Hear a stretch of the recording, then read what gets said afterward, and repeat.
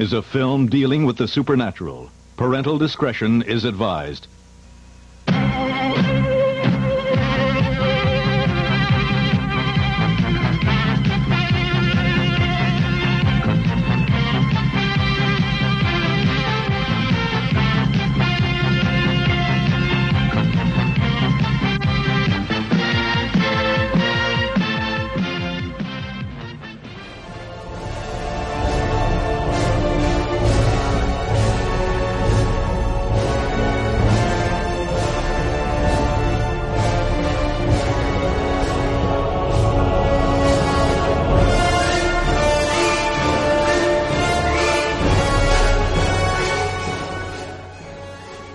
Hello and welcome to the Phantom Zone podcast. This is the League of Extraordinary Gentlemen starring Connor McGraw. Actually, Sean Connery here. I've taken over the... Hey, get your hands off me! Get out! I'm sorry. Sean Connery crawled my window and took my headset. I don't know what happened there. Hunter Davenport. Fuck X-Men Apocalypse. Arlen Harrow. Don't fuck the League of Extraordinary Gentlemen? Alan Muir. Father, please! And of course me, Chris Smith. Well, everybody's got intros today. Yeah, I hey, guess we're stepping up our game. This movie wasn't the worst thing we've ever watched. Yes, it was. Yeah. Chris, here it is. Let me just get this out of the way. No, Daredevil was worse. This movie, Yeah, you're right. Oh, by a large margin. This movie wasn't shit. This felt like Yeah. what the This Avengers... movie is not good. This felt like This what movie is not shit, though. half the Avengers movie could have been if it was made poorly. It's weird because, like, as I'm watching this, I was like, this feels so Avengery Yeah. in retrospect. Yeah, the plot is pretty similar. Yeah. I mean, Loki's plan is different, but otherwise, the idea is basically the same. I mean, really. Although I think once this movie's villain gets revealed, everything just starts to fall the fuck apart. Yeah, but even so, I was surprised that I liked this movie as much as I did, because I thought it would be one of those ones that, from my childhood, that I watch again and I'm like, oh, this is terrible, this is god-awful, and I've had a couple of those experiences, Spider-Man 3. And I was like, oh, this isn't terrible. It's no, not I actually great. Normally when we do one of these movies where I'm anticipating something shitty, I power up my Xbox and like play while I'm watching. But at various points, I actually paused what I was doing and was just watching League of Extraordinary Gentlemen. What fucking universe am I in right now? I know. I'm watching. I'm like, I'm just analyzing. I'm like, this is not awful. Now, what game were you playing in conjunction I was while you playing were Fallout pausing? 4. That So it says wasn't something. So it wasn't. Yeah, I was balls deep in settlement building. I would just stop. I'm like, hang on, this hide shit is cool. I have a question. For the people who have seen this before, how old were you guys? I was young. 2003. That was I would- 2 years before I graduated high school, so I was like maybe 15. I was 8. I would have been, I would have been 9. I first caught it on TV on, I think, FX, so it was like 2 or 3 years after it came out, so we're looking at 2008, so probably 12. It sounds right. You fucking children. Yep. Little babies. I literally told my sister that no matter what age I say is going to make Connor mad. It doesn't matter because like when I just said, this movie came out when I was in high school, and like some of you are like, I was 9. Yeah. It's pretty But crazy, yeah. This wasn't terrible. However, this is a complete betrayal of the source material, which couldn't be any different in every way possible. This is why you brush the source material under the bridge and do Source not material do them at the same time. No, you should absolutely ignore. If you're going to read the comic, ignore the movie. And if you're going to watch the movie, ignore the comic because. What about the reboot? Wait, what? There's a reboot coming, or there has been one? There's a reboot coming, and it's going to be more focused on the comic. Well, I mean, we'll see. But as Alan, it can stands I get a source on that report? Wikipedia. Most reliable Yeah. source. Right. Was it Alan Moore as he drunkenly said it into the microphone at No, Comic-Con? actually, you know what? Here's the thing. This is the first time I find myself actually like agreeing with the sentiment for Alan Moore because like he did say he's like I thought I could profit off these movies by having them be kind of separate, and he's like I didn't really anticipate exactly what was going to come out of this whole thing. Like he saw it and he was like, well, this is completely different than my work. And like I don't know, if I were him and I was in that movie theater and like the moment Tom Sawyer showed up, I'd be like, what the fuck is this? Can I? Do you mind if I explain that? Go ahead. That was Fox. Yeah, I did read that. interfering. It was an It was they added him to appeal to the American audiences, which I'm like Sean Connery's in this fucking movie. Like, Yeah, they you don't didn't. need to appeal to us. It's really dumb. And then your attempt to appeal to us was to add the most bland, irritating, lame character to this like really colorful cast of kind of interesting people, and then it's just like, here's Tom Sawyer. What's his special ability? He can shoot guns and never hit a Wait a minute. goddamn thing. At one point in Tom Sawyer, does he shoot guns? No. Well, never, because he's a child. Yeah, well, I mean, you The don't really most have any exciting time thing Tom to Sawyer get does is Just paint a paint the white- fence. Oh, damn it! damn it. And we're not talking about the wall and then, like, between doesn't he, Mexico like- and America. We're talking doesn't he, about like, just a simple picket fence. Doesn't he lie about finishing it too? And that's like the big conflict. Yeah, he convinces the God damn it. neighborhood kids that it'd be cool if they painted the fence. That was a great episode of Boy Meets World. Interesting. I'm serious. That Yeah, that's true. But They no, actually we had have, an like- episode with that. We have. It's funny because like the weird, like we mentioned Avengers, but also the through line for Penny Dreadful. Is Yeah. all- what? Well, it's Wait. It is interesting. What channel did Penny Dreadful air on? It's on Showtime. Showtime. Okay, Showtime so- and Sky Atlantic. Okay, because I have not seen that show, and I need to rectify that. Because Penny Dreadful's really good. It's got Mina Harker in it. It's got. Does it have Jekyll and Hyde? Well, okay, yeah, no, you're right. It does have Mina Harker. It doesn't have. It has Jekyll. Okay. Doesn't have Hyde, which is one of my It does gripes. have Dorian Gray. Yeah, it does. didn't It have Fu Manchu. No, that's true. It doesn't have Van. No, it does have Van Helsing. I forgot about that. Yes, for some he's reason. in it. Yes. Van Helsing shows up. The Wolfman shows up. But it is a very similar idea. yeah. It's Wasn't- it's didn't straight there- up horror. Wasn't based. there a Harry Potter analog? Yes. No. There's a Harry Potter analog. It wasn't actually him, but like it's heavily implied that it's Harry Potter. Oh, okay. In the new League books, right? Or in Penny Dreadful? It leaks. Okay, that's Yeah, what. and then they don't have Alan Quartermain, but they have very much a Quartermain stand-in. They have a Sean Connery stand-in.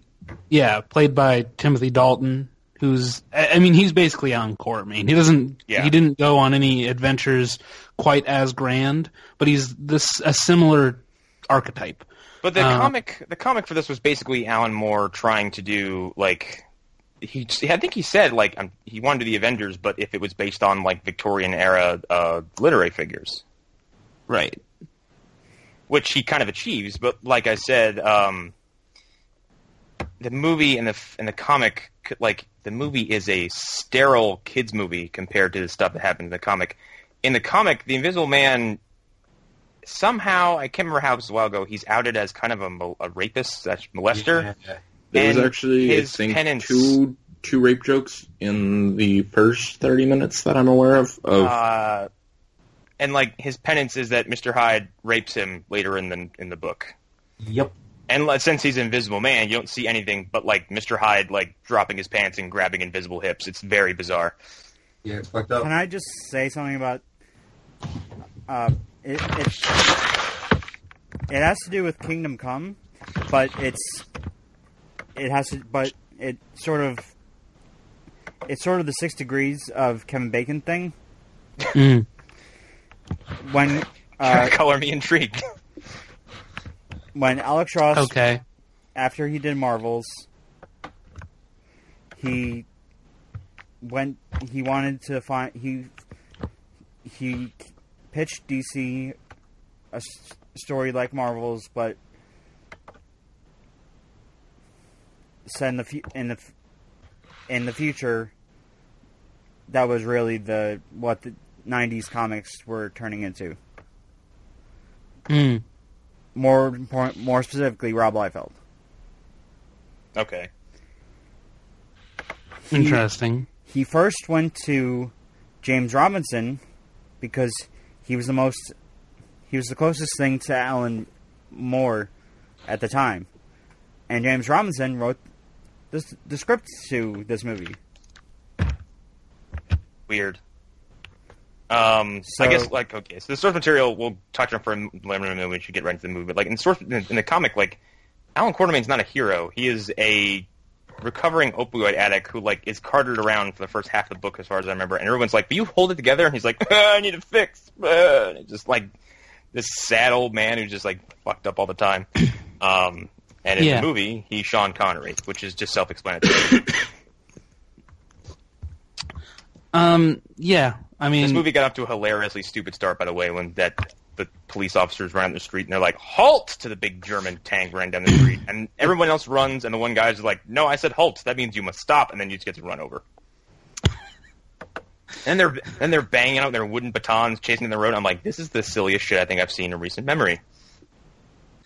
Yeah, it's and like the window goofy. pops open and goes like, he's like, "There's people in there." I'm like, what the fuck do you think was driving it?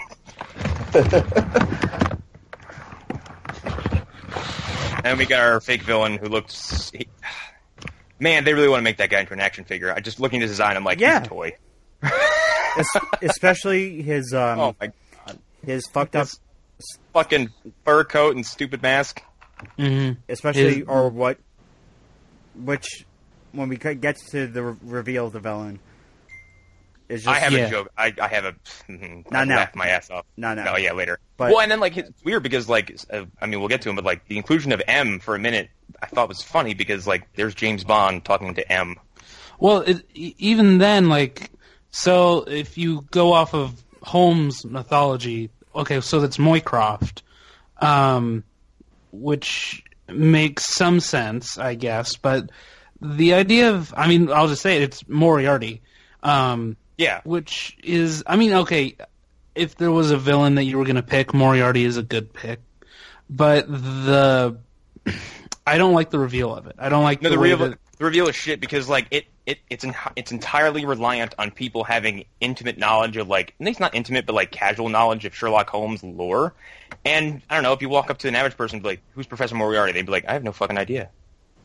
Yeah. And, like Sean Connery walks up and goes like, "Or should I say, Professor Moriarty?"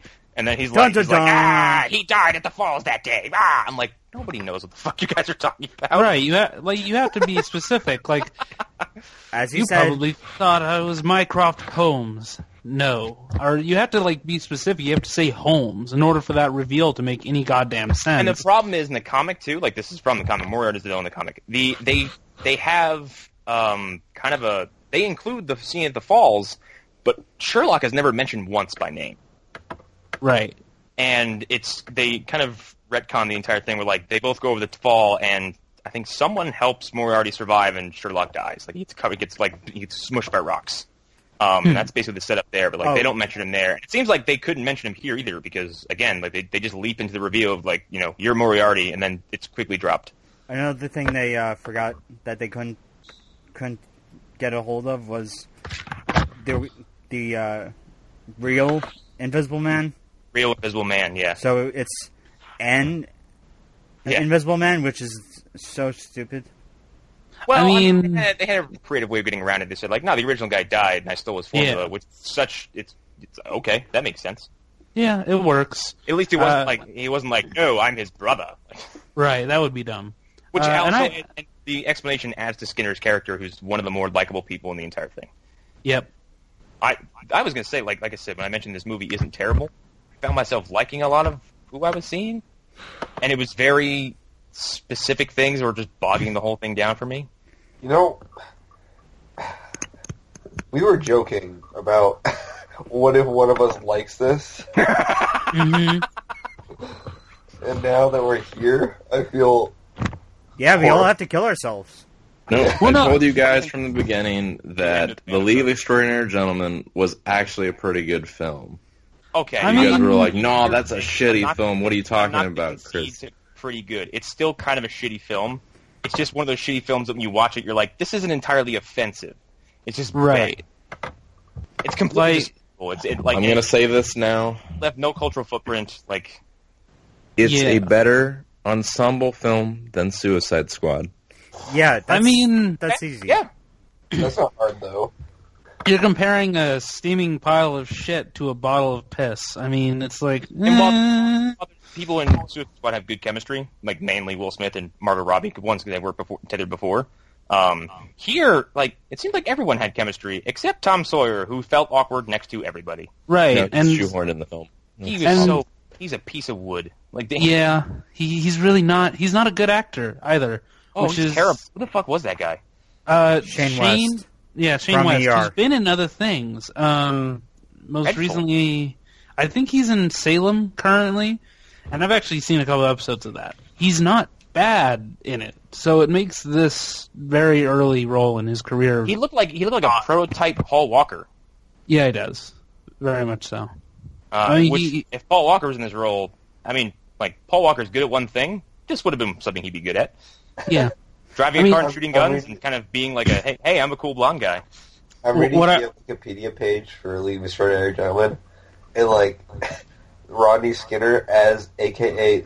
an Invisible Man, and then the rights cannot be secured to the Invisible Man. Yeah. Right, because them Universal Studios lawyers, yo. Invisible Man, soon to be played by Johnny Depp. Actually, I think that's a bit preemptive. We've got to see how the Mummy does first. Yeah. Well, I mean, even if Johnny Depp plays it, we won't have to see his bad acting because he'll be invisible. True, but Johnny Depp's not a bad actor. He's just kind of he's become a parody of himself. He's lazy, kind of. He was great making fun of himself intentionally on the HBO show that Ricky Gervais, Stephen Merchant, and The Ricky Gervais show? Not Ricky Gervais. It wasn't that. It was Life's Too Short. Oh, okay. Actually, one of the best things to watch Johnny Depp in, because you don't know you're watching Johnny Depp until the credits roll, is Tusk. True. Yeah, and Yoga. He's playing completely against type. He's in like 18 pounds of makeup. You can't tell it's him. And Yoga Hosers. He's the same character. He returns. He reprises his role. What a weird cinematic universe Kevin Smith has created. Anyway, League of Extraordinary Gentlemen. So we meet all of our fucking League members. We got Captain Nemo, Captain Nemo fucking rules. Okay, Yeah. let's just get that out of the way. yeah, I mean, pretty badass.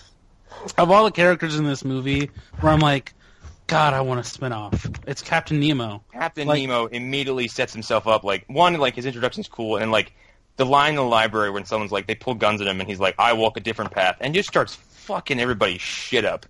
It's so great. Sword. with a sword and pirate martial arts. You brought a gun to a sword fight. So great. And I brought this up earlier. One of the things that bogs this movie down is like horrific editing.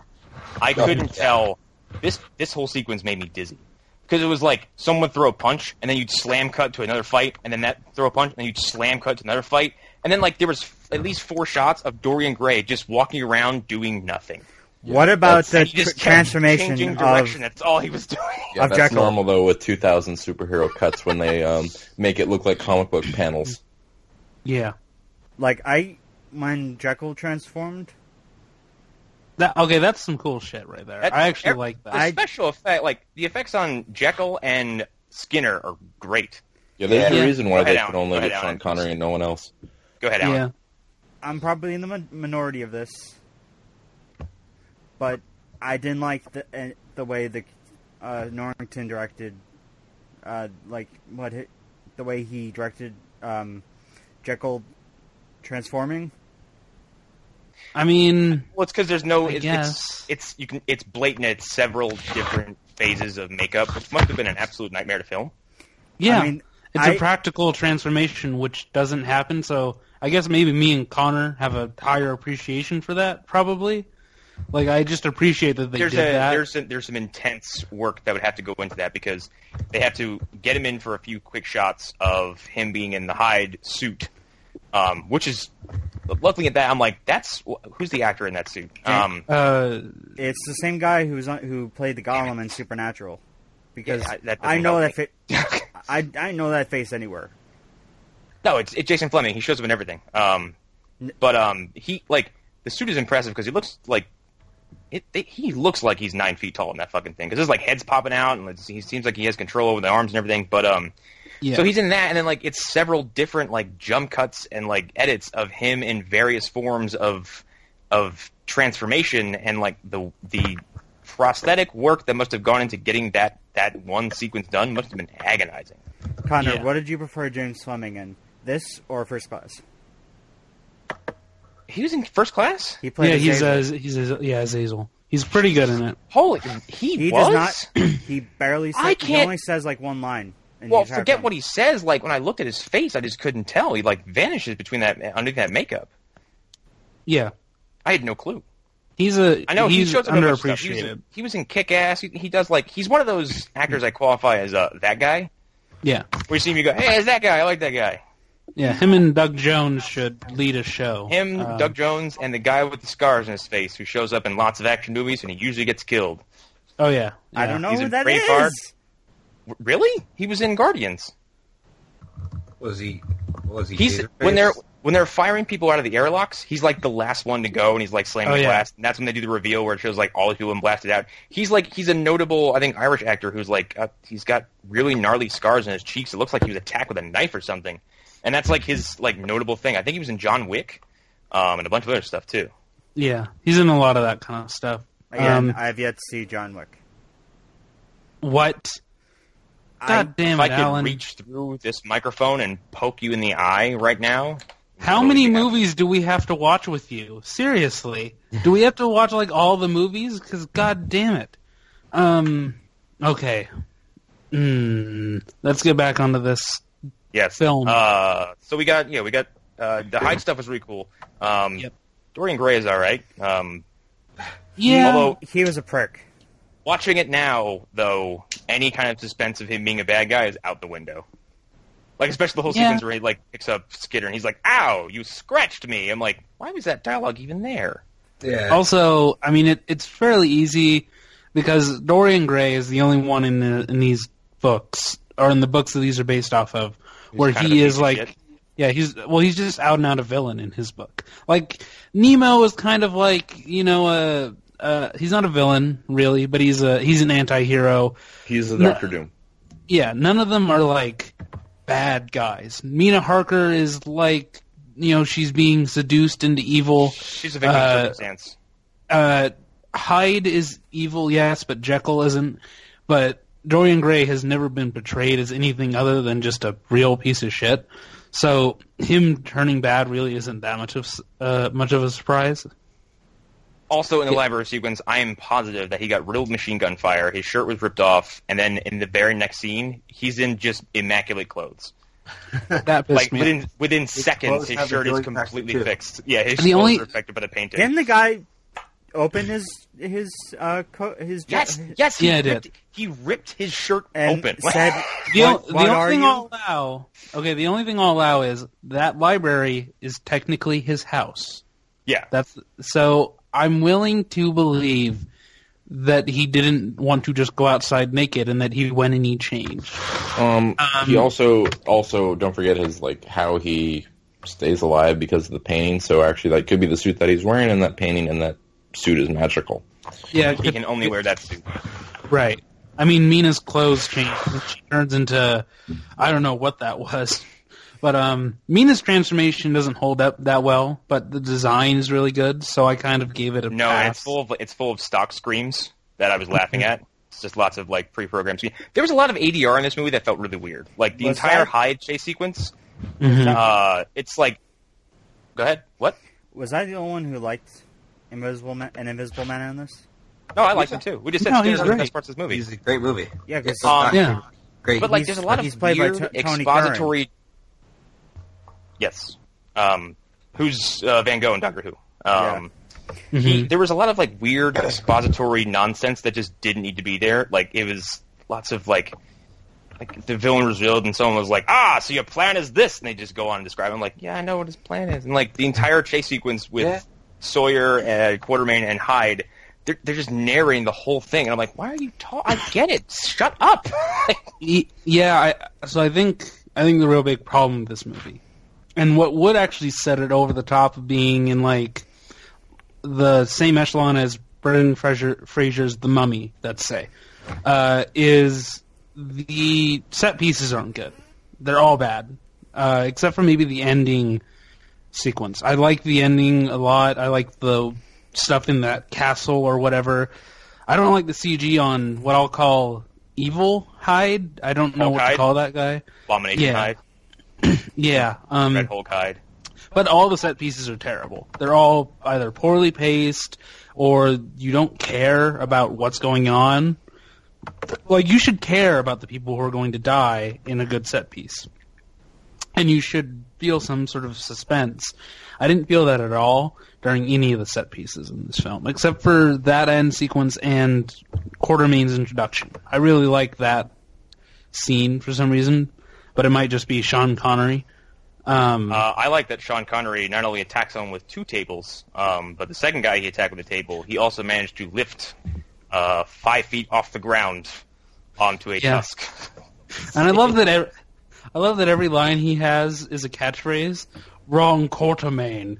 It's so great. That entire sequence is his quips and his friends being shot in the chest and him not reacting. Yeah, it's pretty good. It's a country club full of hunters. I'm assuming he's close with, and like every third shot is one of them just eating bullets, and then they all get blown up, and he's like, "Well, I guess it's back to London then." Someone's like, "Aren't you your friends?" He's like, "I don't have any friends." Can we talk about the two stupid 2 moments that were just near the end that were just stupid, or that sure. Name one. One that was just really stupid. Well, just the one that's stupidest to you. Well, I have a couple. Okay, let's do one at a time. I'm sure we all have a few, so yeah, you might as well get them out. The complete nonsense. That moment where Sawyer thinks it's Skinner. I didn't mind that. I do think it gets a little bit boring where it's like, oh, there's 2 Hydes and there's 2 invisible men. This was the most video gamey, comic booky shit I've seen. Like, it's like, we all have the same powers. I'm like, that's it? That's your finale? However, something. Also, why would you want to make an army of Hydes? What's the upside? Yeah, because they're all going to turn against you. However, Alan, what was the other thing? The other thing was during the bigger Hyde fight. Which is Nemo was a badass. He is a badass. He's a real badass. Well, he's consistently badass in the entire film. I was laughing right before that dude drinks the serum because he's already trembling before he drinks it, and he's just he's acting like he's already changing before he's even finished taking the first sip. Like he's fucking shaking and all into it and shit. Then he pours it over himself. I'm like, what was that for? That was so bizarre. Yeah, that guy was. I do love Hyde's reaction. Not the whole bottle. Not the whole bottle. The whole bottle. It's so good. Yeah, that guy's on coke, definitely. Yeah, those dudes ran up, but even before the serum was in play, those dudes ran up, all laughing and cackling that they had the day one. They ran up on the Hulk in what's essentially a fist fight, like they had the day one. They're like, "Ha ha, we have you cornered," and they all get punched in the face. It's pretty great. I love that Moriarty can't hire henchmen for the sake of his life. Moriarty sucks too. Totally Batman out of the castle at the end. I turned around and I saw him gliding. Yeah, it was really dumb. Batman getting out of a tower and just for his fur coat, or did he grab something? I don't know. Because here's the thing: you don't get a good Phantom of the Opera, which is the intonation that we're supposed to take. That's what I thought. He's supposed to be Phantom of the Opera, but somehow the Phantom of the Opera decided to stop haunting theaters and take over the world. Because that's a thing. It's like, this creepy bitch is just not paying attention to me. so I will take over the world to I get will her to take pay over the attention. world. I'm going to Which cause is- the first great war. Which is actually David Tennant's plan in Jessica Jones. God damn it. There's so many things inspired by this movie, guys. Example, Sherlock Holmes' Game of Shadows had the exact same plot as this movie. Moriarty's Oh my plan God! is exactly the same. Shit. Was Kurgan? Oh my was, God! was that the one with Kurgan? Isn't he providing Europe with like weapons or something, like artillery or something like that? Yeah, he owns weapon manufacturing companies in Game of Shadows, and his plan I think is Connor to just start fucking the just war. blew a fuse. This blows my mind. No, I really didn't. I didn't think I'd get. I didn't this think film I'd get that much. Yeah, that's the thing. I Very didn't think I'd get overlooked. this much Apparently has rooted itself deep into every movie made since. Well, Yep. that's the weird thing, like where I said, like I bring up Avatar sometimes when we talk about like movies that just like came and like were kind of a fuss and then just like left. Like Avatar is the highest grossing movie of all time. No cultural footprint. Nobody fucking talks about it unless they go, "Hey, you remember Avatar?" Right. No. They don't even No say one- remember Avatar. You said remember the movie with the cat people? Remember the people Yeah. with people that had sex with their hair? And what this the like fuck was that nobody, about? nobody brings up League of Extraordinary Gentlemen ever because it came and Right. went. It's apparently it bombed, but like I think it only cost like $78 million to make, and it made $179 million, which is Yeah, not you're right. like a. It doesn't sound like a financial failure. It made its budget back and then some. Which one of you guys had a problem had beef with the editor? Yeah, I already mentioned. I wanted to kill him. Paul Rubel. He made my head spin in that fucking library sequence. Yeah, I don't. Let's see what he's worked on. Yeah. Well, if we're gonna talk about people who have worked on what, this fucking director was never seen or heard from again. Which is, God, that. He's living somewhere in the south of France with Sean It- Connery. Man. Yeah, There's a quote from Sean Connery where at the premiere, someone was like, "Where's the director?" And he's like, "Probably at a local asylum." Paul Rubel was the editor for The Island of Dr. Moreau. Oh, shit. dear God. This guy's attached to some horror shows. Yeah, that's for those who have never seen The Island of Dr. Moreau. Please watch for Val Kilmer completely losing his mind, as well as Marlon Brando, who puts on an ice bucket in his head and refuses to take it off. And then afterwards watch, what Blade. the fuck is the full title? No, No, not no, Blade. he edited that. Watch the documentary based on Island of Dr. Moreau. Yeah, I was It's going to say. fascinating. Yeah. It involves directors doing witchcraft. It involves a director, like a fired director, returning to the set, disguising himself as an extra, and burning down the set. Yeah, that's pretty What? great. Dude, the filming of Island of Dr. Moreau is one of the zaniest things I've ever heard of. I It need also to like see this. Oh, it's no. Yeah. so fucking good, and it details like how much of a piece of shit Val Kilmer is, and how like completely insane Marlon Brando is. At some point, I think he tried to rewrite the script to reveal that he was a dolphin in disguise. It's I need to see this. I He think, wanted to unzip his human suit and be a dolphin. Holy shit. I'm going to read part of a review from the Rolling Stone. oh, wait, can I just say something? Yeah, sure. uh-huh. I think I have to cancel my Fate of the Furious order. Because that was the most recent thing Paul Rubel worked on. Oh, okay. Yeah. Fate of the Furious is fine. I mean, Still he's haven't done seen Thor, he's done Transformers 1, 2, and 4. Well, that explains why I couldn't Well, see jack shit in Transformers 1. If you look at the movies that we're talking about, Thor, usually- Battleship, Need for Speed. yeah, the studios usually have final edit on those movies. Hancock. Movie. Okay, Again. all right. Last one. The Island. Okay. Those movies are usually... Those are all movies where the studio had final cut. The only movie you've listed where the director had final cut was Blade. So I'm guessing that's one of the only movies where you can actually see how good the editor was. Stay tuned for that when we do that episode. Same director, by the way, guys. Which, again, when I found that out, I was flabbergasted. Because I'd seen both of those movies They hold a couldn't very be more similar different. position for me. Blade is so good. I watched it last night in preparation for this. And it's really, really well done, surprisingly well done. And this movie just makes me sad the more I think about it compared to Blade. Because, again, drastically different movies. Chris, go ahead with your review bit. This is from Rolling Stone. This is after the film came out in its initial release by the Rolling Stone writer Peter Travers. And he cites the following words. I'm just going to pull some quotes out of it.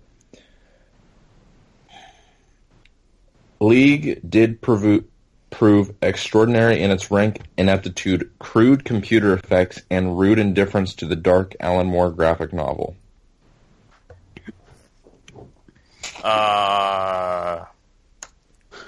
One more time? Yeah, I don't think I got that. Crude computer effects and rude indifference to the graphic novel. Well, yeah, both those things are true. Yeah. Because, the CGI on the fucking Red Hulk hide is kind of crap. And then there's this other one here. Oh, the Nautilus looks cool as shit. Everything was thrown together except for Connery, who is every inch the lion in winter. Nothing here feels authentic. Director Stephen Norrington uses computers to paint in the FX, which looks as fake as Connery's hairpiece. Drexler's transformation into a Halloween costume hide is laughable bad. And you can say the same about the movie. Well, I mean, I disagree with That the dude Hyde. was out for fucking blood. I disagree with the Hyde sentiment because I still think like the Hyde stuff looks all right. And that the Rolling Stone was like the highest outlet it seemed to give it a low rating according to Metacritic. That I noticed. Well, it's got 17% on Rotten Tomatoes. Yeah, it's like a 30 Metacritic. It's widely panned. Like the praise like, keeping on it, by the way, is not without critical merit. Like there's a lot of things wrong with this movie. No, but like that was the harshest thing they have to say. I have something to say about Stevie Norrington. Okay. Not only did did it kill Connery's career,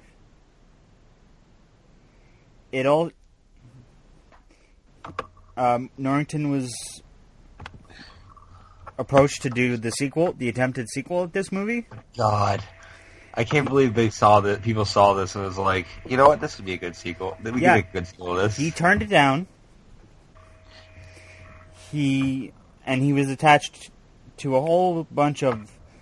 He was attached to some stuff that probably would have made him a decent amount of money. Ghost Rider, Freddy vs. Jason, Clash of the Titans.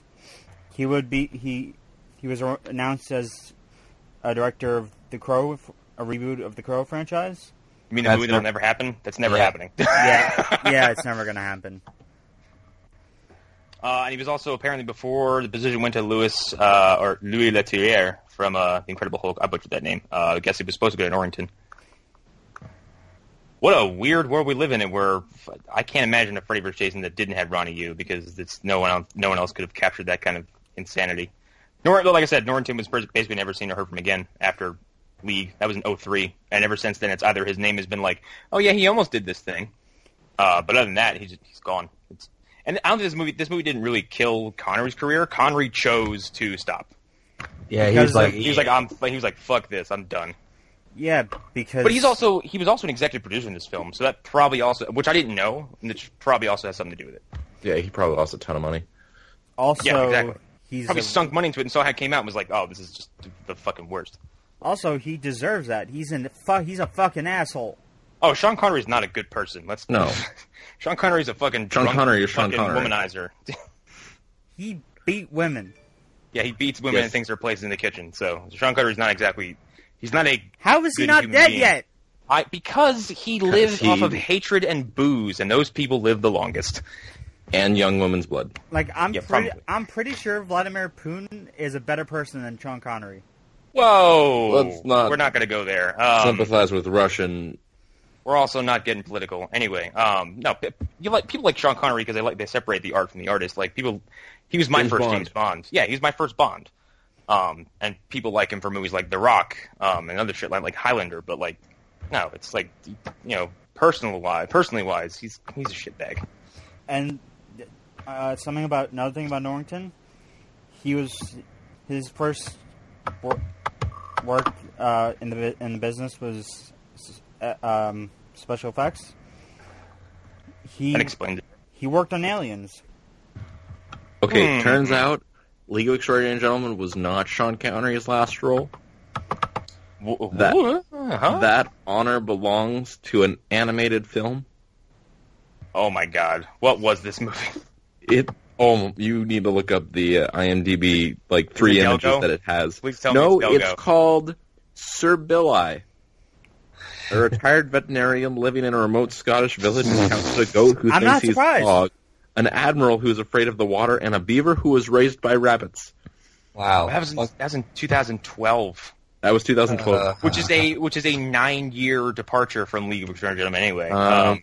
The only thing he did between that was he played a character named John Muir, Alan's father, in Freedom of History of Us, and he was James Bond in the Russia with Love video game for PS2. Well, his likeness. Voice and likeness. Yeah. Well, no, it says his voice. Yeah. Well, they probably pulled movie clips, I'm sure. I'm sure he'd be like, what's a video game? Yeah, I played that video game. It was not good. Well, there really hasn't been a good James Bond game since GoldenEye. It was also made by EA, so... That explains it. Everything or Nothing was good. I have no clue what that is. That was the year that there wasn't a Bond. Died to me after... I played the GoldenEye reboot on 360, I believe, and I was like, so they just turned into Call of Duty. That's great. Yeah. It's literally all they did. They replaced Pierce Brosnan with Daniel Craig and just made it a press X to pay respects kind of fucking Call of Duty rail shooter. Okay. That's all it is. Unlike Everything or Nothing, or unlike the GoldenEye film or game with Daniel Craig's likeness, they had Pierce Brosnan's likeness. They got him to voice Bond. Willem Dafoe was the villain. Shannon Elizabeth was the Bond girl, as was Heidi Klum. Wait, what game was this? Everything or Nothing that came out about. What a lot of money to spend in a game that nobody talks about. Back to League though. We mentioned Nemo. I think the Nautilus is cool as shit inside and out.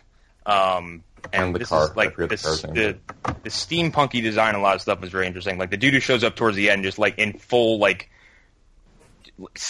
iron fucking armor with a flamethrower. The Ironmonger, oh yeah, pre-Iron Man suit. Yeah. This reminds me of my other thing I didn't like, or hate, that made me almost make that infamous Jim Cornette face. Continue. Skinner gets set on fire and looks like he's roasted. Oh, and he's later on, okay. he basically just injects the green serum from Logan. Yeah, and the end of the movie, he's got no I know he has makeup on, but you at least see some texture and contour changes from burns. He's fine. The dude is set ablaze also, from head to toe, and he just runs off. There's a scene where he had facial hair. I missed that. I will say the effects work on him when he is when he's basically just a floating head and he turns around, you see the back of the makeup that's on his face. I thought it was really cool, and that was the first thing that got my attention as far as something that held up as far as just how it looked. And him putting the jacket and everything, but it's funny because the role at some point just boils down to being a disembodied voice. Because being an invisible man on screen is not interesting unless it's Hollow Man, where he's just organs hanging out. Well, it did look a lot like. Was his effects practical? Whose? Skinner.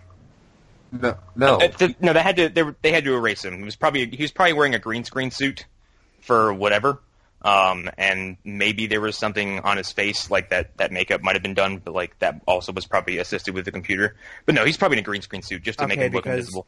When he had the white stuff on, when he was doing whiteface.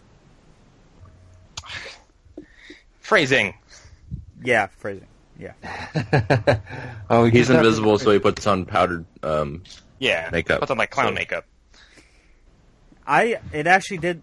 It looked like Tony Curran. I didn't know it was. I heard you say before, like he was in the chat that he was Van Gogh from Who, but like I totally forgot about it as I was watching the film. And like he kept talking. I was like, I know that voice. And then they put the makeup on. I was like, I know that fucking face too, and I can't put my finger on who it is. He was good. I liked his character. I pretty much liked all of the actors who were in the lead parts, except I don't know. Sean Connery didn't thrill me in this movie. He just seems like Arlen said, who is departed for now. Everything he says is a one-liner. What did you guys call? It was either Connor or Arlen. One of you guys called. What was it you called Sawyer? A vanilla or something? Either vanilla. I called him. He is as exciting as a Manila office folder. Yes. Like he's so fucking boring and silly, and everything he does is stupid.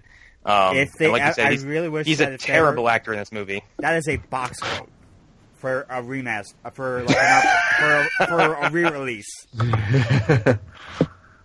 Shane West is as exciting as a Manila office folder. No, he's arguably the worst part of this movie. I don't think Moriarty turns out to be that good of a villain either, because like once he's revealed, he kind of just like Has he? He literally just farts from scene to scene to scene, just gets bamboozled by everybody and anybody, and he's just constantly looking stressed out and bothered. Can we talk He's about stupid ass villain? how Connery pretty much sowed his own? He basically made his own, or he lost his own money on himself because he was paid $17 million for the role, and they couldn't afford any high-ranking actors. So that's why the cast is what it is. It's probably why he's an executive producer too. Shit, what was I gonna say?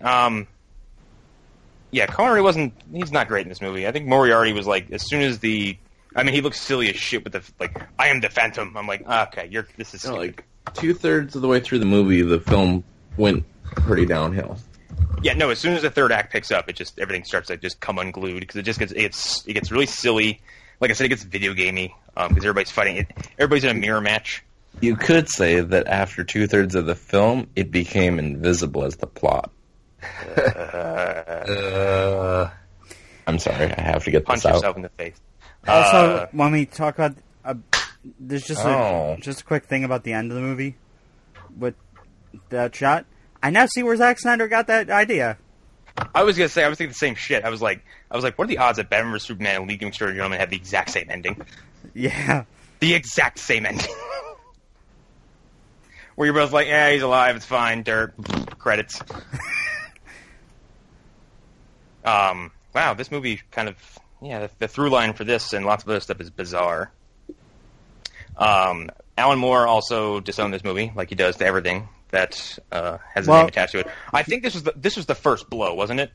Because he was kind of okay with the idea of his movies, and then like I think V for Vendetta happened, and he was like, nope, fuck this forever. No, I think From Hell was the first.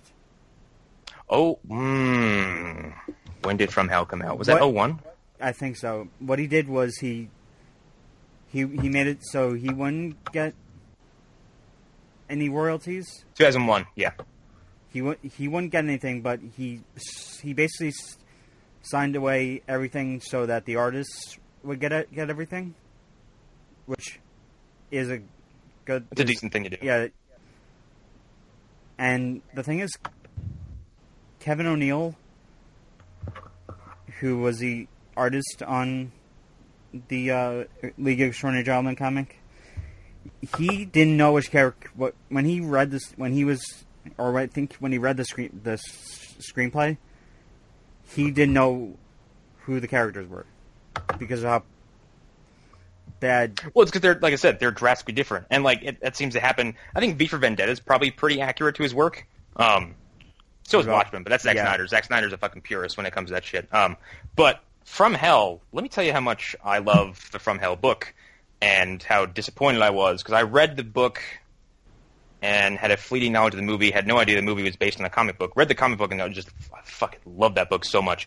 It's like it's super weird.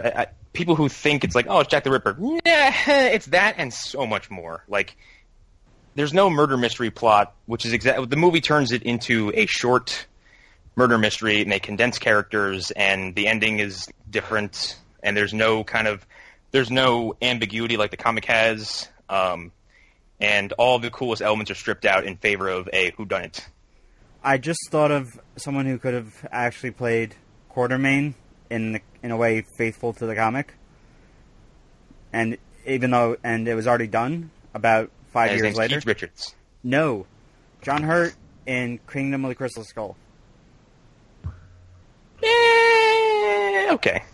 But at the time, he was working on Hellboy. He's also, I don't know, he seems, if we're going to do a comic-accurate Quartermain from the League comic, like, dude has to look, like, shot out and kind of unlikable, because I said earlier, when he's an opioid addict who's just being carried around by other characters, that's very true. Like, at some point, I think he just collapses in Mina's arms, and she's like, you fucking old fool, what the fuck are you doing? He's just like, but yeah, no, and everybody in the book is kind of unlikable. They're kind of like the Ultimates, where everyone's just a piece of shit. Like, Hyde is nasty, Which one is Racist Cat? Oh, yeah, it's Ultimates. No, I'm talking about which. Not really. Which cast member is Racist Cat? Oh, I don't know. Quartermain? Maybe? I don't know. They don't have any allegories for the Ultimates, but it's kind of the same feeling where they're all just kind of unlikable. Like I said, the Invisible Man in the comic is really skeevy and gross. Yeah, in the Pixels and Reels, in your Pixels and Reels post when you were talking about it, I was talking to Matt Curione, and I was asking his opinion on whether if to buy the 2 volumes, and he was like, "Yeah, it's my favorite comic." Yeah, it was good.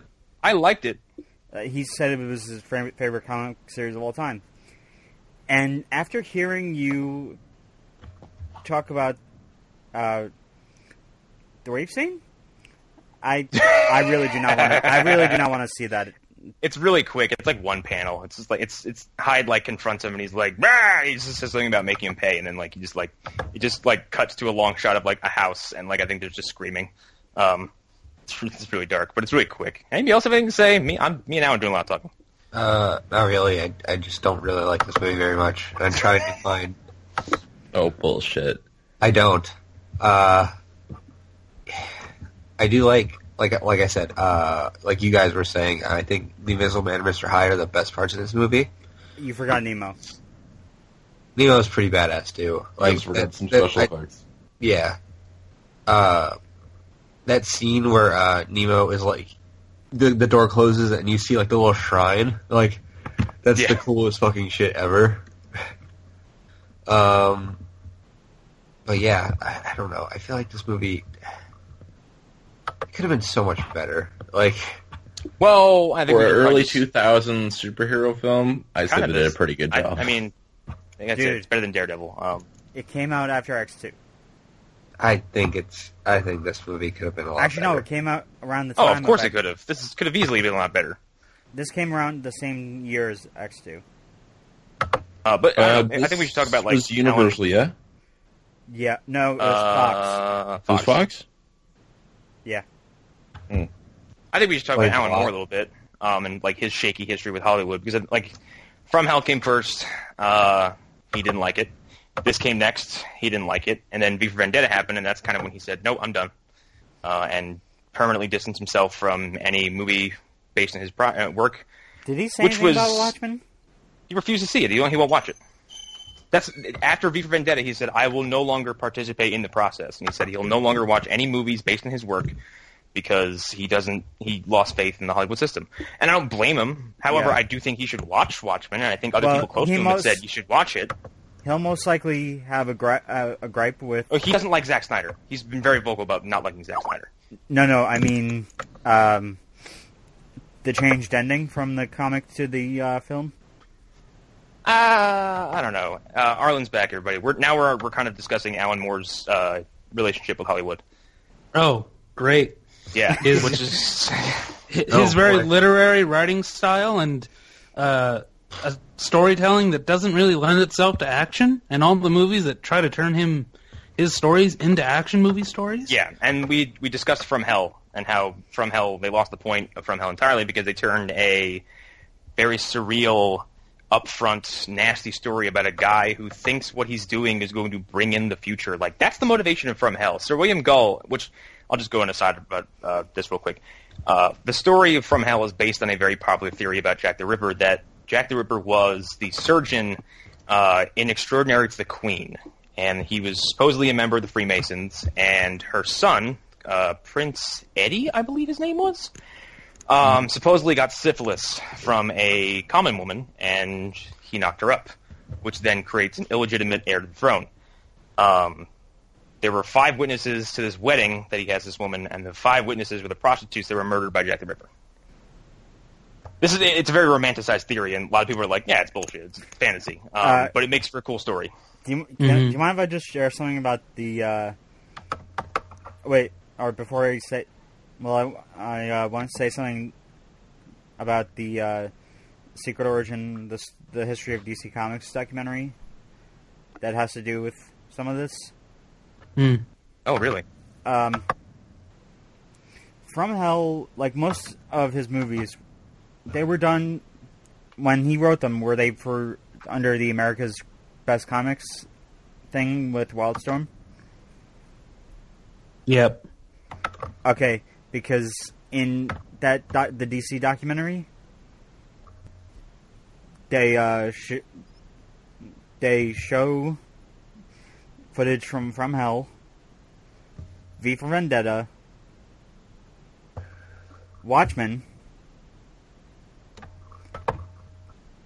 and aside from Watchmen, they act like they were critical darlings. How about that? I would say V for Vendetta is liked overall. V for Vendetta is liked and often misinterpreted by people who watch it, but V for Vendetta has a good reputation. Yeah. From Hell has no reputation, and League has a shitty reputation. So. I mean, and From Hell was produced by the same man who produced League. Mark Gordon? Which, I don't... Well, and just for, couple just for guys, but... another weird note about From Hell, it was directed by... Oh, damn it, who are those brothers? The dudes who directed Book of Eli. Oh. Yeah. So, like, they're not people I would get for a suspense murder mystery. No. But From Hell isn't a murder mystery in the source material. You know up front who Gull is, and you know that he's committing the murders. But you get to sit along with him, and you get a trip inside of his head, and you see things from his perspective, and you get a lot of narration from him, a lot of monologuing from him. So you understand his motivations from the get-go, and you get to take this ride along with him. At some point when he's committing the 5th murder, early in the book he says, "What I'm doing will usher in the 21st century." He has this hallucination where... It's almost really not a hallucination because of how this all goes down. He has a hallucination where he's in the room committing the 5th murder, and he's monologuing to himself about how the grandeur of what he's doing, and then he sees himself in a modern-day office building surrounded by, like, contemporary people all looking at him weirdly, and he's standing on their desks just yelling at them, covered in blood, and he's screaming this weird prophetic shit, and then he just snaps back to it and leaves. And that's the cool, surreal shit that, like, From Hell does. Like, early in the movie, he's walking through an alley getting ready to kill one of the prostitutes, and he looks in someone's window, and he sees someone watching television, and they make eye contact. Like, the book's not very straight up. Like, it's dabbling in weird, like, pseudo, time-traveling, like, multi-dimensional shit. Mm-hmm. And then at the end of the book, like, Gull has a complete out-of-body experience and gets to go see all the people's lives who he affected throughout this entire thing. And then the woman he thinks was the 5th prostitute actually escaped him, and he sees her living by herself, like, on a ranch somewhere. And she sees him as a ghost and says, "Get away from my house." And then he, like, fades into the afterlife. There we go. That's who it was. Interesting. Yeah, From Hell's nuts. And if anybody here hasn't read it, they really need to. It's a really good, like, graphic novel that... Yeah, and it's black and white and just nasty. Okay, now... It's really good. Wow, I've never read V for Vendetta. I like V for Vendetta. I never read it. This had From Hell had a get decent around to it, I cast. guess. Yeah, no, From Hell's loaded with talented people. Ian Holm, Robbie Coltrane. It sounds like what they did is another film with Jason Fleming. Oh, that's Yeah. right. Oh, dude, he's Gull's coach driver in the movie. interesting. Netley, I believe his name. It sounds like the From Hell movie is just we want something that we can trademark, that we can sue people over, And, because we can't just make Ripper They turned it and into murder mystery. Yeah. right. So it's like it's a stupid, shitty marketing decision, which is a topic we've talked about a lot on here. They always are. They will always be annoying.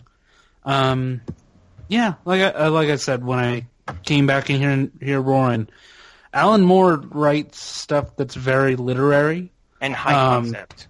right? Which is why Leo Extraordinary Gentleman, like you heard that pitch 17, 18 years ago when he was first thinking about it. It would make complete and total sense because those characters are inherently very literary. And his work is very literary, which is why I do think it is weird that the movies that are made based off his work, that any of them are as good as they are, is baffling to me. Because that's like the major difference to me between him and Frank Miller. Frank Miller is not a literary writer. He's a visionary guy. He writes, he's very poetic and he's very visual. Those are his two strengths. He's really good at verse. Like we said, like you said about Zack Snyder, he likes symbolism, graphic violence, and poetry. Right. Which is why 300 makes complete and total sense as a and movie. that's why it works as a movie, and 300 is a great read because you can read it while taking a shit and be done with it. Can I just say something about the From Hell cast? Mm-hmm. Yeah. There are 3 Doctor Who alumni in it from Modern Who. Ian That's not McNeice, surprising. a.k.a. Churchill. Oh. Sophia Yeah. Miles. Oh yeah, he's the coroner in From Hell. Sophia Miles. What's she in? Who is Sophie? Yeah, what did she do? She was she was in that the Fireplace episode of Series 2. Oh, that makes sense. She's the Lady Christina D'Souza or whatever. Madame de Pompadour. Oh yeah. I don't. Who am I thinking of? Madame de Pompadour. Who am I thinking of? I'm thinking of something completely different. Yeah. And who's the other one? Who's the third? Joanna Page. Oh, okay. I know who that is. Yeah. So I just find it funny that. I mean, I don't know if the movie was shot in Britain, but all those casting decisions make sense. Probably, I would imagine so. I haven't seen Vendetta in a long time, so I don't know how it holds up. It holds up fairly well. I know that movie was packed with talent too. So when we do get to that on here, the discussion over whether or not the Wachowskis directed it or not will be fun, because that director has not done anything else. Which movie? V for Vendetta. There's a long-standing rumor that will not go away is that the Wachowskis did not produce that movie, but they actually directed it. And the arguments for that are their visual style is all over that movie. And that director, who's only worked on a couple of things, like 4 things, other than V for Vendetta, none of them have that same visual style that V for Vendetta has. It's more historical stuff, and it's far more laid back and not quite as well done. Yeah, James McNeice. you say this too much of it, basically. Yeah, so it's kind of a Poltergeist situation where everybody just is convinced that Steven Spielberg directed Poltergeist, and there are a lot of people you cannot convince otherwise. They'll even tell you that he is listed as the director, even though officially he only produced the movie. It's a very similar situation to that. Okay, I have. I guess we should go. I found some evidence that leads to the Wachowski theory. I mean, they were producers on the movie. No. He was an AD on Attack of the Clones. That doesn't mean shit. And that mean that the only thing it would tell me is that he's terrible and not worthy of work anytime, anywhere in all the history of the world. AD has no control over anything. Yeah, they're told to go point and shoot. Right, like you as an AD, you're really responsible for the crew. So if you look at those Star Wars movies, you cannot tell me that the crew did a bad job at all. You can't tell me that the grips weren't doing their job on that movie. They earned their paycheck. It's everybody in front of the camera who's a little bit. Yeah, and that was. Then again, he also directed some Sense8. I mean, yeah, he's probably still friends with them, but that rumor will not go away. Probably still good. This takes us to Watchmen next, as I guess the next big step for Alan Moore and Hollywood. And there hasn't been one based off his work since, has there? Unless you count John Constantine. Yeah. I mean, off of directly off of one of his major, non-core DC he's mostly a DC guy, based on none of his core DC stuff. So no Swamp Thing, no Constantine, his work. His work is fucking V for Vendetta, Watchmen, From Hell, a bunch of other stuff. Is there one that they haven't done? I'm seriously asking because I don't know if there is one that. I don't know if there is anything else, but I think they kind of got the big ones out of the way. I think Watchmen is the most warmly regarded of the bunch.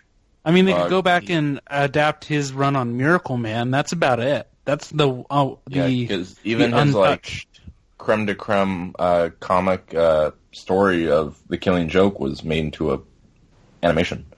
Yeah. And it was a major inspiration for Dark Knight. I mean, they even take the interrogation scene, at least the beginning of it, or they highly reference that scene. So yeah. I just realized I'm an idiot. I thought that I forgot there was another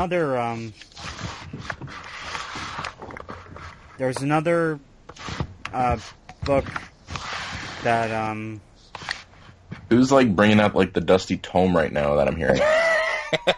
I don't know. Sorry, I was shifting position. Yeah. Lost Girls, which is Lost Girls a League spinoff? No, it's fucked up, but it's not. Oh, it's Alice in Wonderland. That'll never get made as a movie. Yeah, no. That's about Alice in Wonderland and I think Hollywood's done working with Alan Moore. Right. They want to deal with him. I mean, realistically, they would just go work with whoever distributed the book.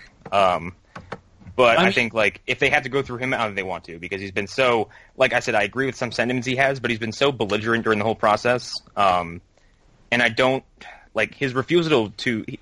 According to him, he's never seen Watchmen, and he said if you send him the DVD, he would throw it away. He said he's open distaste for Zack Snyder. He thought that 300 was homophobic, I believe was the word he used, which is weird. Because I think that movie is so gay. Yeah, it's the gayest movie made at that budget. Nothing wrong with that. Forget any screen context. Historically speaking, Spartans were not it's not like they were all gay. They just didn't have any problem sleeping with each other if they were all dudes. Doesn't matter. It was just nothing to them. But he didn't he's not appreciative of any of Zack Snyder's previous work, and which sucks because I think Watchmen's probably the most faithful movie that's got Alan Moore's name attached to it. So there's still one project, one character or book or series he did that has not been adapted yet. I just said it, Alan. What? Lost Girls. No, Tom Strong. What's Tom Strong? No one knows the fuck that is. Tom Strong he's Ryder Strong's brother from. Okay, I'm looking at Wikipedia and his notable works. It's not even on here, so please tell me what this is. So Tom Strong is a comic book written by Al Moore and Chris Sprouse. Yeah, it's basically really old school. He's like a pulp character almost. I would describe him as. He's King Solomon is a gorilla. Also. Yeah. It's really out there. Yeah, it's very Alan Moore. There's nothing Alan Moore does that isn't out there. But yeah, you should. It's pretty good. You guys should read it. But back to Watchmen for the third time. I think Watchmen is the most faithful thing based on any of his work. I haven't seen V for Vendetta in a long time. I've never read the book, so I couldn't make an assessment on that. But Watchmen, aside from the ending and a few omissions that, let's be real, if you're trying to make a movie that gets released in theaters, you can't film every single sequence in Watchmen the book. And most people have decided that Watchmen's unfilmable, which it almost is, because if you're going to do it shot for shot, page for page, word for word, it would be a 7-hour film. They did and also you have to shoot all those animation letters. series or something that was like 8 episodes or something, and it supposedly was close. Yeah. The problem is, so there again, this is where the literary thing that I keep on bringing up. Watchmen has like written passages in it, which are the best parts of the book. Honestly. Watchmen is one of the most wordy comics you'll ever read. Everyone talks a lot, and there's lots of, especially and they're like Hollis the Mason. letters.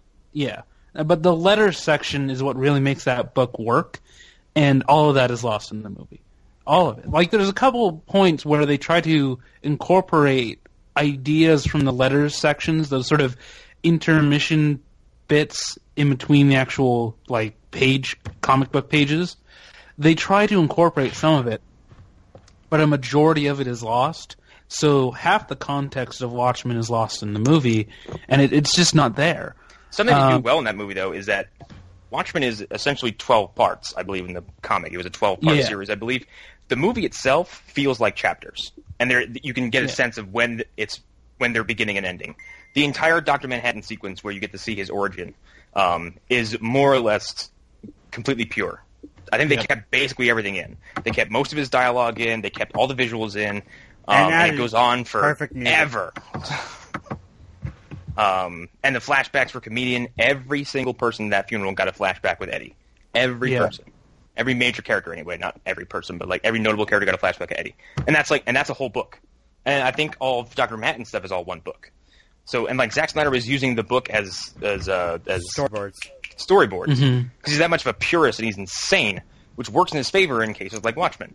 Yep. Because he loves that book, and he can tell it transmits on screen. He was trying to capture the color, the color scheme, how everything like frame to screen. Like some of the stuff is identical. Yeah. He also loved Dark Knight Returns. Yes, he did. Yeah. He really connected with the fascist imagery in Dark Knight Returns. Really didn't get the right message from it. Really connected with crazy butt chin Bruce Wayne, who's fucking screaming at people. Martha. I love Dark Knight Returns. I still find it funny that Snyder literally at a con. I think it was before 300 came out, and they were doing a what's the word? Panel. Panel. Yeah. They were doing a panel on it. Frank Miller was there. Not Scott Snyder. He's more talented. Zack Snyder jokingly asked, "What about Dark Knight Returns?" And Frank Miller, apparently according to the story, seriously said, "Yes." Huh. You know what's weird about Zack Snyder, Watchmen, and all that, the whole process? Before Watchmen went in production, he actually hid in the 300 trailer. You can find it still, I think, a frame of it. He hid a single frame of Rorschach picking up the button. Really? Yes, it's there. It was my background for a long time. It was my desktop background for like 2 years. So I guess that was already on the roll before 300 was even finished. Yeah. But yeah, like Alan Moore's relationship with Hollywood is like fucked at this point. He's never going back. Because now he lives in his castle where he worships a serpent god, and I'm sure he has sex rituals, and he's like a new Aleister Crowley or something. This is all conjecture. I have no idea. I hope you're probably right. I hope so. I really love that man. I mean, I like him too. However, I also will acknowledge the fact that he's a bitter old man. Yeah, and he gets more bitter with time. He's such an asshole. But if you weren't partially right, I wouldn't be okay with that. Because he's to some degree he's correct, because they're the kinds of stories that his work is about. You can't really tell those stories in the way that he would want them to be told, at least not in film. The only director who could have ever done that was Stanley Kubrick, and he's been dead for 20 years. So that'll never happen. I mean, that's what you believe. I mean, yeah. Stanley Kubrick could still be out there. I mean, he did fake the moon landing after all. He's actually true. Stanley Kubrick actually lives on the moon. Right. That's where he he moved is now. there. He moved there, and now he's actually a sound stage in Texas. Yeah. Okay, I think we're done. That's pretty much all we covered. There wasn't really too much to say about League, except what we did, and then we covered Alan Moore. So, well, I'll just throw in one last little thing about League. Yeah. I think the movie is very stylish, and that's something that it's good, but it's also bad because there's a focus on style and there's not a focus on three-dimensional characters.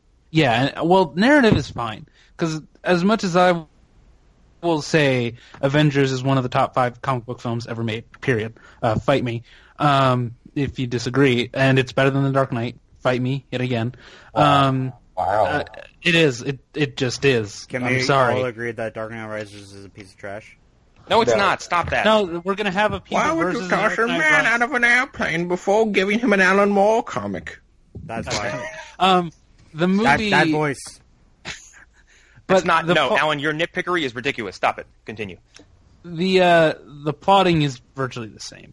It's no less well told in this movie. It's just that there's a focus on style and there is not as much of a focus on character development, which I do feel is something that Alan Moore excels at in his work, and that's just not there in this movie.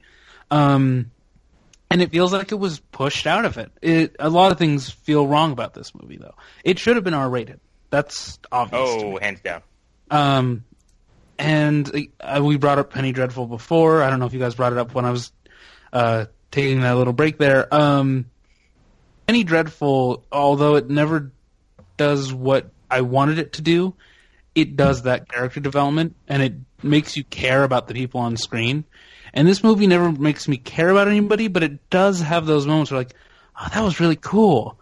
And if that's all you need from your movie, then this is fine at 1:30 a.m. in the morning when you're just trying to find something to watch while you fall to sleep. But so that's why this movie is not like great. That's why it's like, okay, this is fine. It's not good enough that we have to do a People versus the League of Extraordinary Gentlemen, but it's not bad enough. No, this movie's not divisive. It's very well. Right.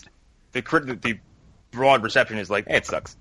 Yeah, it's fine. Like it sucks, but like, who gives a shit? It's fine. Yeah. There's an old movie podcast I used to love called "Yeah, It's That Bad," and at the end of every episode, they would say, "Is it that bad?" And I believe that they did this one, and their assessment was, "Yeah, no, it's not that bad." And I have to agree, it's not that bad. It's not and good. critical opinions change over time. The Thing was released to all negative reviews when it came out, and now it's a cult classic. I'm not saying this movie will become a cult classic, far from it. But I think its vitriolic response it got at first is kind of softened. Mm. At least it should be, because it's not. It exists. It's a thing. It's no Catwoman. Let's just Yeah, let's all just take a moment and thankful for appreciate that. the fact that this movie is not Catwoman. Or Daredevil. Daredevil was such a piece of shit. I'm still hurt over it. Again, Spawn is still the low point for me. Oh, Man, it was Daredevil for me. No, really, it's like Spawn is incompetent. This is a competently made film. Daredevil is a messy film, but it's not incompetent. It's just not. It's not good. But It's not yeah, good. this It's is It's not good bad enough to be taken, with any kind of right.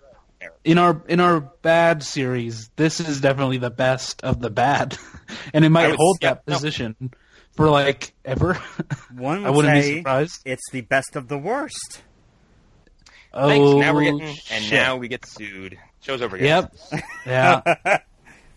But I mean, I don't see anything coming along in this bad category to defame it. Maybe one of us likes Judge Dredd when we eventually have to watch that pile. But this is gonna be fun because I've never seen Judge Dredd. So Me too. yeah, I've no clue. oh, this is gonna be a fun time. Cannibal cyborgs, Rob Schneider. Ooh. Oh, fuck that guy! Wow, I've never heard so much Rob so Schneider eating spaghetti. I've never heard someone so passionately condemn Rob Schneider like that. Fuck that guy and what he did to me. That should be our new call sign at the end of every Fuck Rob Schneider. Yeah. But yeah, I think we're unless you have anything else to add, I think we're done. Silence. Okay. So yeah, that was League of Extraordinary Gentlemen. I'm Connor McGraw. This has been the Phantom Zone. You can follow me on Twitter at Western Commander. People have been following me who I don't know, so I'm assuming you're listeners. That's at least I hope that's the case. And I'm the only one here, apparently. No, you can follow me at AAHaro on Twitter. Yeah, so during the summer I might not be here quite as much. Just stuff and life and things. So, but yeah, catch you guys on the flip side. You can follow me on Twitter at Davenport. You can find my writing on the Haro. And VGH is still coming. We're going to do a big E3 thing. Next week. So stay tuned to that. A two-parter. Bananas. It's going to be crazy. Alan, plug your stuff, because Chris has something to say at the end of this episode, actually. Okay, you can follow me on Twitter at TheAlanMuir. I finally switched from Echophone to the official Twitter app, so it actually looks different compared to 3 years ago. I would hope so. And you can look forward to the next episode of Video Game Hour on Monday. And which brings us to our grand finale. Chris, take it away. A year ago, I joined up this Facebook group that Hunter Davenport started called the Phantom Zone, and he made a couple people mods, Connor, Arlen, and Alan, and I suggested one day, hey, what if all the mods had a podcast? And now we're here a year later, and this is going to be my final episode due to issues involving time management as well as trying to make something great, I guess. It's been hard to deal with this. I've had a lot of thoughts of do I keep on? Do I leave? What do I do? This is the only way for me to actually get out and go do what I want to do. I've made all you guys really close friends, which is going to be probably the hardest part to leave. But hopefully in the future I'll come on for some guest spots here and there. Yeah, your seat's permanently open, so. But yeah. It's kind of rough to walk out on something you've been here since the start of. Yeah, but you know that it's in really good hands because you guys have really stepped it up. This is Chris's brainchild, everybody. So this was kind of his idea. His no Phantom Zone. Yeah. Yeah, and I tried since episode 1 to get a League of Extraordinary Gentlemen episode, and I finally did it. Which He is finally got it, and it's just the way to ride out this horse into the sunset. No, we were trying to time it because he did let us know a few weeks ago this could be his last one. We tried to time it so this would be his last episode because there's no way we would allow you to leave and not be on the LXG episode because then probably one of the best running gags we've had would have absolutely no closure. Yeah, I mean, what happened to League? What? What's League? What? That doesn't exist in this universe. What are you talking about? That was retcon. The TV show? Never seen it. But no, I feel the same way. And like I said, your seat's always open. And I've been trying to get into podcasting for forever. And if Chris didn't try to get this together, I wouldn't be here. So. And now you're hosting 5 shows. Yeah. And now the snowball keeps rolling. Yeah, and similar to Connor, I've been trying to do podcasts for a while as well. But just getting people to actually get on mic and record was a chore for some reason. And this was, for some reason, whatever reason it was, the perfect storm, and it all just worked out super easily, and here we are. We're on episode 30. Yeah. This is 6? Yep. Holy shit. And That's not counting lost episodes and movie special. Well, no, this is a movie special, so, I mean, this is probably in the high 40s officially. Holy fuck. We are on. This is 8. 8. Yeah, this is 8. And then last I checked, we were on like 33. 40, 33. Yeah, so we're closing in on 52 episodes, including the After Darks and other one-off stuff. Yeah. Also, on average, about 2 episodes a weekend, because we've been doing this for maybe 6-7 months, and we've already got a year's worth of episodes if we did an episode every week. Mm-hmm. Also, I don't get what the big deal is. When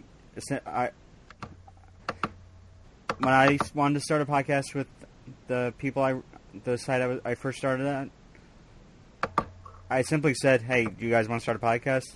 And everyone just got their shit together. Well, Yeah, but- I'm so glad it worked out for you first try. Yeah. On the first... Yeah, Way to go, Alan. You're not like me, where the first podcast you tried to start, we were all drunk, so we couldn't actually get together because we were all drinking our brains out. Or where the inmates take over the asylum. R.I.P. Pop Slam. Yeah. These jokes are only funny to us in this thing here. Yeah, this is And more. It's I more am in gonna joke than leave anything else. The rest of the audience, if there is one, I'm still unsure if that's actually existent. No, we But have a good amount this of is- subscribers. Hey, actually, no, fun fact, I'm going to be working with a listener of the show soon, so there's that. Yeah. I'm going to Also- close out on this one last statement, which is this is 5 different people from 5 different social structures, growing up. Religions, everything is completely different from each other, but we all got together and somehow made something great and fun and funny to do and happy. And for the moment in which we do this, it isn't a time in which we feel so lost. It's actually the only time that some of us have to actually feel happy, which is actually something maybe hopefully some of you might carry on to your own lives, which I hope you will. So, Yes, till next time, Excelsior. And good night, everybody. Fuck X for the Okay. It's a long